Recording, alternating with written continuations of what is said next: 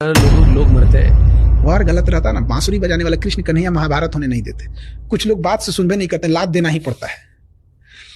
आप 32 देशों के ग्रुप जिसमें एटॉमिक पावर तीन के पास है, ब्रिटेन के पास है, फ्रांस के पास है, अमेरिका के पास है, पावर में सबसे ज्यादा, लॉबी सबसे ज्यादा, टेक्नोलॉजी सबसे ज्यादा, हथियार सबसे ज्यादा, यूएन में पहुंच सबसे ज्यादा। इसके बावजूद ही 3200 मिल के एक साथ रहेंगे और कहेंगे कि हमें कोई मारेगा, हम 3200 मिल के मारेंगे। सद्दाम हुसैन को पूरा उड़ा दिया, सब लीबिया को पूरा उड़ा दिया, यमन को पूरा उड़ा दिया, सीरिया को पूरा उड़ा दिया। हमारे पास ये जितने देशों को उड़ाया, कम से कम 2 से 3 लाख इंडियंस वहां काम करते थे। हमें क्या मिला? कुछ नहीं।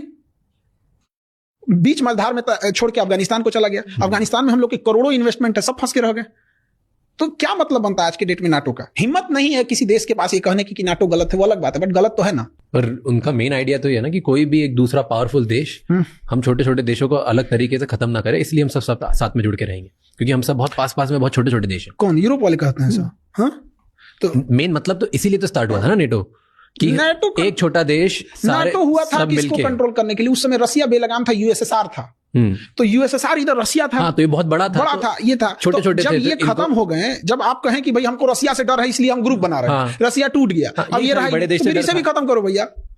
तो फिर तो वही बात हुआ, इसके डर से आप बनाए और आप खुद बने गए, तो आपके डर से भी तो कोई और बनाना चाहिए। फिर चाइना बना लिया तो क्या गलत किया? चाइना बना ले, नॉर्थ कोरिया बना ले, इराक बना ले, ईरान बना ले, तालिबान मिलकर बना ले सब, कि हम पांचों पे कोई मारेगा तो हम मार देंगे परमाणु बम। उधर चाइना संशोधन कर दे कि हमारा ईरान एलआई है, हमारा नॉर्थ कोरिया एलआई है, तालिबान हमारा एलआई है, गाजा हमारा एलआई है। किसी पे अगर होगा तो हम अपने एटॉमिक पावर का यूज कर सकते हैं, तो हो गया काम खत्म। तो ये थर्ड वर्ल्ड वॉर किस चीज से होगा हमें पता नहीं, लेकिन एक कहावत का एक विद्वान ने कहा था कि थर्ड वर्ल्ड वॉर कब होगा ये पता नहीं, लेकिन फोर्थ वर्ल्ड वॉर हम लोग पत्थर और लाठियों से लड़ेंगे, क्योंकि थर्ड वर्ल्ड वॉर में इतनी तबाही मचाएगा सब कि हम लोग स्टोन होज में चले जाएंगे।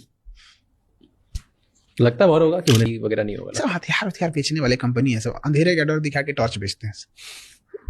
थोड़ा बस मुनाफा होना चाहिए, बस करोड़ों की कमाई है। एक जहाज बेच देंगे सब, एक अपाची हेलीकॉप्टर में 6000 करोड़ का। यहाँ पता चला 10 जिला मिलकर खेती करेगा तो 6000 करोड़ कभी ना कमा पाए। वहाँ एक हेलीकॉप्टर बेचा निकल गया, और उसके बाद उसके पास उसका मेंटेनेंस अलग, पायलट की ट्रेनिंग अलग, फिर हथियार खत्म हो गया तो अलग। ये मेरा ही हथियार लगा सकते हो। छोटे छोटे वॉर कराना फायदेमंद होता है।